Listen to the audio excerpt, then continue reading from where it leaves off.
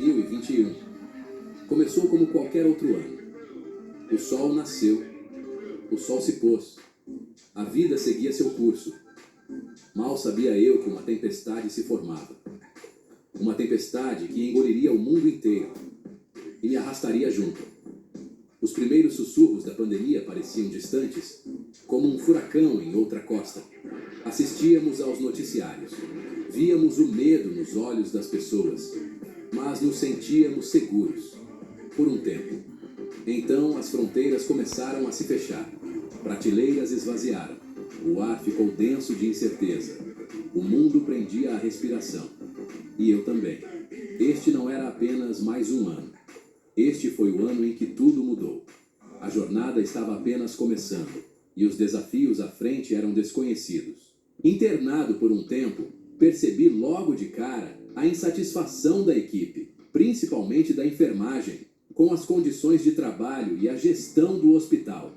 Parecia um clima de novela das 8, sabe?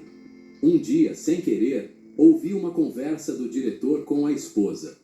Ela esbravejava, reclamando dos gastos cortados, enquanto ele lamentava a situação financeira do hospital, que mal dava para sustentar o estilo de vida nababesco dela, com direito a viagens internacionais e tudo.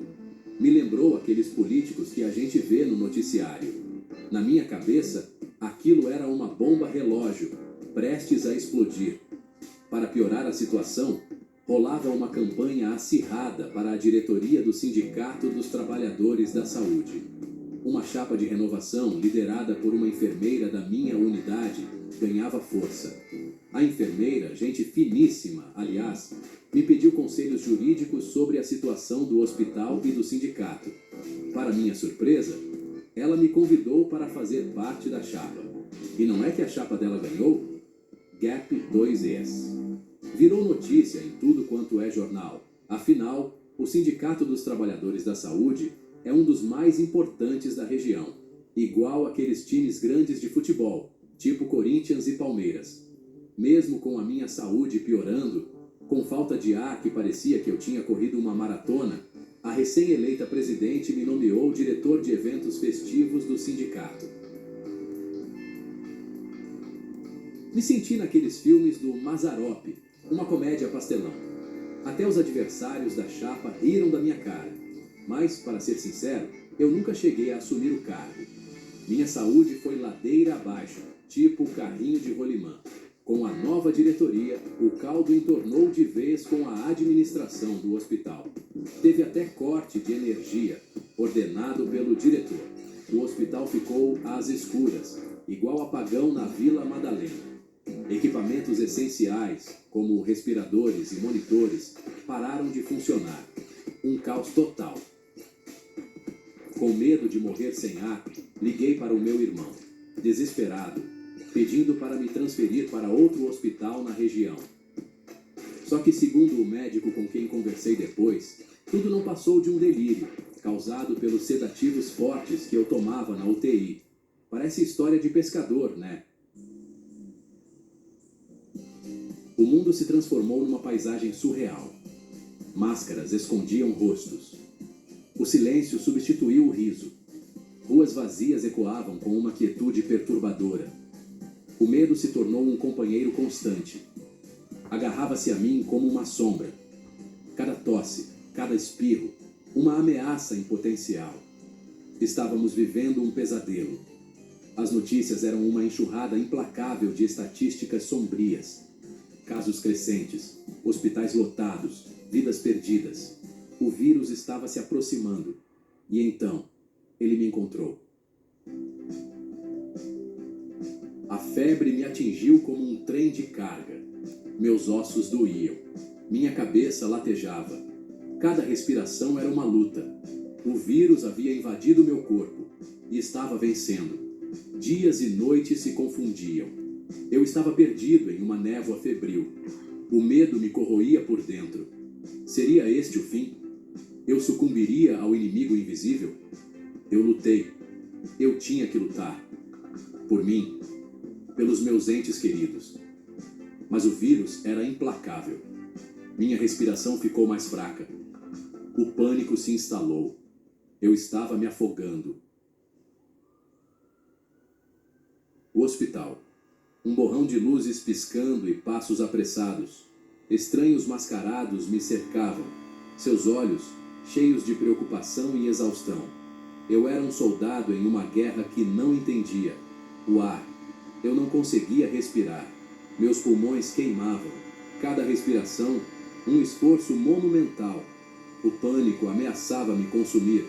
Então, a máscara, firmemente presa ao meu rosto, o chiado do oxigênio, uma tábua de salvação. Eu me agarrei a ela, desesperado por cada respiração preciosa. O vírus estava roubando minha força vital, respiração por respiração agonizante. Seção 5. Perdido no labirinto do delírio. O mundo se fragmentou. A realidade se esvaiu. Eu oscilava entre a consciência e a inconsciência. Minha mente, um caleidoscópio de imagens fragmentadas e pensamentos desconexos. Sombras dançavam nas paredes. Sussurros me perseguiam.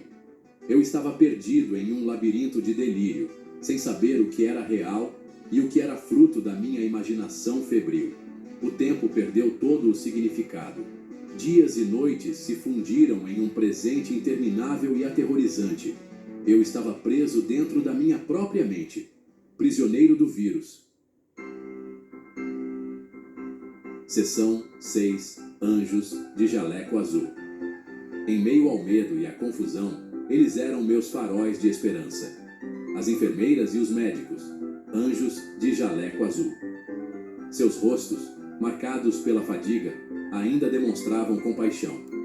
Eles lutaram incansavelmente por mim, monitorando meus sinais vitais, administrando medicamentos, oferecendo palavras de conforto.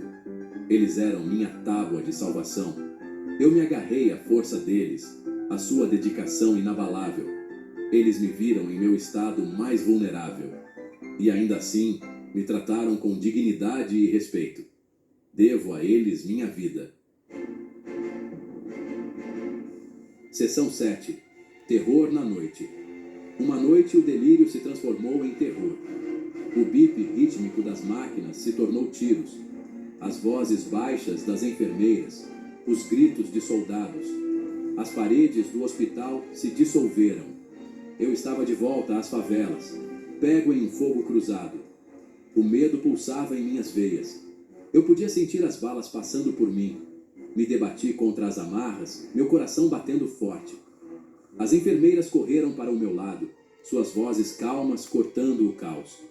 Elas eram minhas âncoras, me puxando de volta da beira do abismo. O terror finalmente diminuiu, me deixando abalado e exausto. O vírus não havia atacado apenas meu corpo, mas também invadido os cantos mais escuros da minha mente. Seção 8. A longa jornada de volta. Lentamente, a névoa começou a se dissipar. A febre passou. Meus pulmões começaram a se curar. O vírus estava perdendo sua força. Eu estava vencendo a batalha. Mas o caminho para a recuperação era longo e árduo. Cada respiração era uma vitória. Cada passo, um esforço monumental. As cicatrizes físicas iriam curar, mas o impacto emocional e mental persistia. O medo, a incerteza, as memórias assustadoras do delírio. Seção 9. Encontrando o meu caminho. Eles me liberaram do hospital para um mundo para sempre mudado. A pandemia continuava, mas eu estava vivo, e por isso eu era eternamente grato. A vida após o vírus era uma tapeçaria de gratidão e luto. Gratidão pelo dom de cada respiração. Luto pelas vidas perdidas e pelo mundo para sempre alterado. A experiência tinha me quebrado, mas também me tornou mais forte. Eu encarei a morte e emergi, para sempre mudado. Eu sou um sobrevivente.